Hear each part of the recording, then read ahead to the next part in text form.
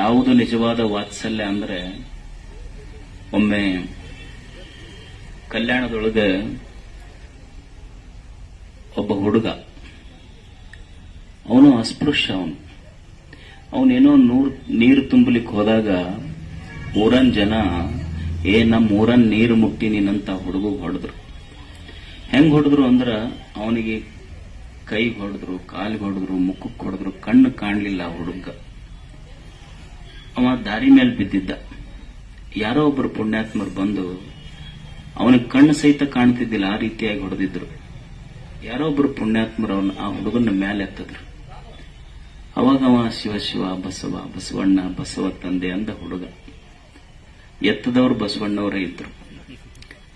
ಅವಾಗ ಬಸವಣ್ಣವ್ರು ಕೇಳಿದ್ರು, ಅಲ್ಲೋ ಭೀಮಣ್ಣ, ನಾನಾ ನಿನಗೆ ಎತ್ತಿನಂತ ಹೆಂಗ್ ಗೊತ್ತಾಯ್ತು? ಅವಾಗ ಹುಡುಗ ಹೇಳ್ದೆಯಪ್ಪ, ಕಲ್ಯಾಣದೊಳಗ ಬಿದ್ದವರನ್ನ ಎತ್ತಬೇಕಾದ್ರೆ ಬಸವಣ್ಣನ ಬಿಟ್ಟರೆ ಮತ್ತಾರು ಬರ್ತಾರ ಅಂತ. ಇದು ವಾತ್ಸಲ್ಯ. ಬಿದ್ದವರನ್ನ ಎತ್ತೋದು, ಯಾರು ನೊಂದವರ ಕಣ್ಣುಗಳನ್ನು ಒರೆಸುವುದು. ಗೆದ್ದ ವ್ಯಕ್ತಿಗೆ ಚಪ್ಪಾಳಿ ಹೊಡೆಯೋರು ದೊಡ್ಡವರಾಗುವುದಿಲ್ಲ, ಬಿದ್ದ ವ್ಯಕ್ತಿಯನ್ನು ಕೈ ಹಿಡಿದು ಎತ್ತವರು ದೊಡ್ಡವರಾಗ್ತಾರೆ. ಇದು ವಾತ್ಸಲ್ಯ. ಇದು ವೇದವನ್ನು ಓದಿದವರು ದೊಡ್ಡವರಾಗುವುದಿಲ್ಲ, ಜನರ ವೇದನೆಯನ್ನು ಅರಿತವರು ದೊಡ್ಡವರಾಗ್ತಾರೆ. ಇದು ವಾತ್ಸಲ್ಯ. ಇದು ಆಳುವ ವ್ಯಕ್ತಿಯ ಕಾಲ್ ಹಿಡಿಯೋರು ದೊಡ್ಡವರಾಗುವುದಿಲ್ಲ, ಅಳುವ ವ್ಯಕ್ತಿಯ ಕಣ್ಣೀರೊರೆಸೋರು ದೊಡ್ಡವರಾಗ್ತಾರೆ. ಇದು ವಾತ್ಸಲ್ಯ. ಅಂದ್ರೆ ವಾತ್ಸಲ್ಯದ ನಿಜವಾದ ಅರ್ಥ, ಇನ್ನೊಬ್ಬರಿಗಾದ ನೋವು ನನ್ನ ನೋವು ಅಂತ ಯಾವ ವ್ಯಕ್ತಿಯ ಹೃದಯ ಮಿಡಿತೈತಲ್ಲ, ಅದು ನಿಜವಾದ ವಾತ್ಸಲ್ಯ. ಒಂದು ಹಳ್ಳಿ, ಆ ಹಳ್ಳಿಯಲ್ಲಿ ಒಬ್ಬ ರೈತ, ಬಹಳ ಮುಕ್ತ ಮನುಷ್ಯ,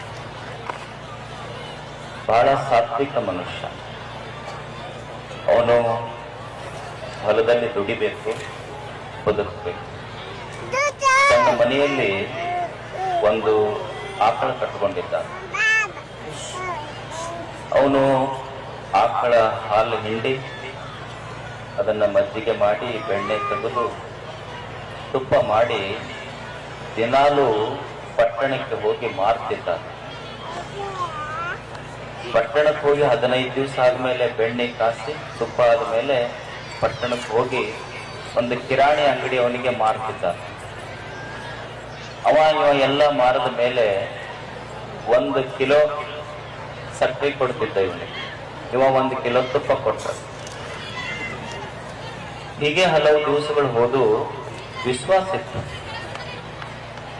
ಇವ 1 ಕಿಲೋ ತುಪ್ಪ ಕೊಟ್ರೆ 1 ಕಿಲೋ ಸಕ್ಕರೆ ಕೊಡ್ತಿದ್ದ. ಇವ 1 ಕಿಲೋ ತುಪ್ಪ ಕೊಟ್ರೆ 1 ಕಿಲೋ ಅಕ್ಕಿ ಕೊಡ್ತಿದ್ದ. ಬಹಳ ದಿವಸ ಹೋತು ಆ ಅಂಗಡಿ ಮಾಲೀಕನಿಗೆ ಸಂಶಯ ಬಂತು. ಇವ ಸರಿಯಾಗಿ ನನಗೆ 1 ಕಿಲೋ ಕೊಡ್ತಾನೋ ಇಲ್ಲೋ, ಏನ್ ಗ್ಯಾರಂಟಿ? ಒಂದು ದಿವಸ ತೂಕ ಮಾಡಿದಾಗ ಇವ ಹಳ್ಳಿ ರೈತ ಕೊಟ್ಟಿದ್ದ ತುಪ್ಪ ಇತ್ತಲ್ಲ, ತೂಕ ಮಾಡಿದ ಮೇಲೆ ಆಶ್ಚರ್ಯ ಏನು ಅಂದ್ರೆ 1 ಕಿಲೋಕ್ಕ 100 ಗ್ರಾಮ್ ಕಡಿಮೆ ಇತ್ತು. ಮತ್ತೆ ಈ ಅಂಗಡಿ ಮಾಲೀಕನಿಗೆ ಆಶ್ಚರ್ಯ, ಮೋಸ ಮಾಡಿದ್ನಲ್ಲ ಇವ ನನಗ. ಒಂದು ದಿವಸ ಆ ಹಳ್ಳಿ ರೈತ ಬಂದ. ಏನೋ ನನ್ನ 1 ಕಿಲೋಕ್ಕ ನಾನು ನಿನಗೆ ವಿಶ್ವಾಸ ಮಾಡಿ ತಗೊಳ್ತಿದ್ದೆ, ನೀನು 1 ಕಿಲೋಕ್ಕೆ ಒಂದಿಷ್ಟು ಗ್ರಾಮ ಕಡಿಮೆ ಕೊಟ್ಟಿಯಲ್ಲ, ಅಳತಿ ಮಾಡಿ ತೂಕ ಮಾಡಿ ತಂದಿ, ಹೇಗೆ ತಂದೀಯ? ಅವಾಗ ಅವ ಹಳ್ಳಿ ರೈತ ಹೇಳ್ತಾನೆ, ಅಲ್ರಿ ಸಾವುಕಾರ, ನಾನು ಬಹಳ ಮುಗ್ದದೀನಿ, ನನ್ನ ಮನ್ಯಾಗ ತಕ್ಕಡಿ ಏನೂ ಇಲ್ಲ, ಮತ್ತೆ ನೀವು 1 ಕಿಲೋ ಅಂತ ಹೆಂಗ ನನಗೆ ಕೊಟ್ಟಿದ್ರ, ಒಂದಿಷ್ಟು ಗ್ರಾಮ ಕಡಿಮೆ ಐತಲ್ಲ? ಇಲ್ಲ, ನಾನೇನು ತೂಕ ಮಾಡಿಲ್ಲ, ನೀವೇನ್ 1 ಕಿಲೋ ಸಕ್ಕರೆ ಕೊಡ್ತಿದ್ರಲ್ಲ ಅದನ್ನ ತೂಗ್ತಿದ್ದೆ, ಅದು ಎಷ್ಟೈತಿ ಅಷ್ಟ ತುಪ್ಪ ಕೊಡ್ತಿದ್ದ ನಾನು. ಇವನ ಒಂದಿಷ್ಟು ಗ್ರಾಮ ಕಡಿಮೆ ಕೊಡ್ತಿದ್ದ. ಅಂದ್ರೆ ನಾ ಏನ್ ಹೇಳಕತ್ತೀನಿ ಅಂದ್ರೆ, ಈ ಜಗತ್ತೇನಿದೆ, ಈ ಜಗತ್ತಿನಲ್ಲಿ ಒಂದು ನಿಯಮ ಇದೆ. ನಾವೇನು ಕೊಡ್ತೀವಿ ಮರಳಿ ಜಗತ್ತಿನಿಂದ ಅದನ್ನೇ ಪಡ್ಕೊತೀವಿ ಅನ್ನುವಂಥ.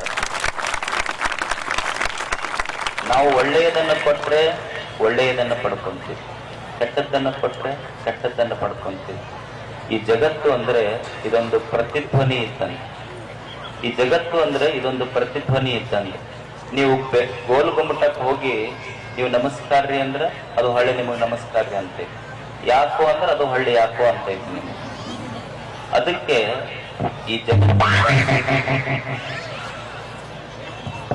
ಈ ಜಗತ್ತಿಗೆ ಬಂದ ಮೇಲೆ ಮನುಷ್ಯ ಒಳ್ಳೆಯದನ್ನೇ ಮಾಡಬೇಕು, ಒಳ್ಳೆಯದನ್ನೇ ಕಲಿಬೇಕು. ಯಾಕಂದ್ರೆ ನಾವು ಒಳ್ಳೆಯದನ್ನ ಮಾಡಿದ್ರೆ ಒಳ್ಳೆಯದನ್ನ ನಾವು ಪಡ್ಕೊಂತೀವಿ.